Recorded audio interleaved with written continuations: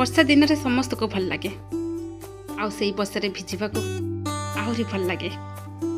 ବର୍ଷା ଦିନରେ ଗୋଟେ ପ୍ରିୟା ଓ ପ୍ରେମିକ ଆଉ ଦୁହେଁ ଅଲଗା ରହିଲେ କେମିତି ଲାଗିବ କୁହନ୍ତୁ? ସେମାନେ ଅଲଗା ଅଲଗା ଅଛନ୍ତି। ସିଏ ଅଲଗା ରହିକିରି ସେମାନେ ଭାବୁଛନ୍ତି କାଶ ମୋ ପାଖରେ ପ୍ରେମିକ ଥାନ୍ତା କି। ଆଉ ପ୍ରେମିକ ଭାବୁଛି କାଶ ମୋ ପାଖରେ ମୋ ପ୍ରିୟା ଥାନ୍ତା କି। ସେଇ ଭାବନାରେ ଗୋଟେ ଛୋଟିଆ କବିତା ଆସନ୍ତୁ ଶୁଣିବା।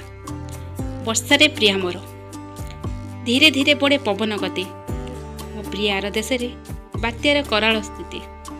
ହୃଦୟ ରାଣୀ ମୁଁ ରହିଲା ଦୂରେ, ତା ଭାବନାରେ ମୁଁ ଏଠି ମରେ। ବର୍ଷା ଛେଚୁଛି ତୁଆକୁ ତୁଆ, ଘଡ଼ଘଡ଼ି ଡାକରେ ମୁଁ ଚମକେ ନୂଆ। କେମିତି ଥିବ ମୋ ଘର ମଣି, ତା ଚିନ୍ତା ମୋତେ ଅଧୀର କଲାଣି। ଭାରି ଅବୁଝା ଏ ପ୍ରେମିକ ମନ, କେମିତି ଟଳିବ ବର୍ଷା ପବନ। ମୋର ଏଇ ଛୋଟିଆ କବିତାଟି କେମିତି ଲାଗିଲା ଆପଣମାନେ ନିଶ୍ଚୟ କମେଣ୍ଟ କରି ଜଣାନ୍ତୁ। ରହୁଛି, ନମସ୍କାର।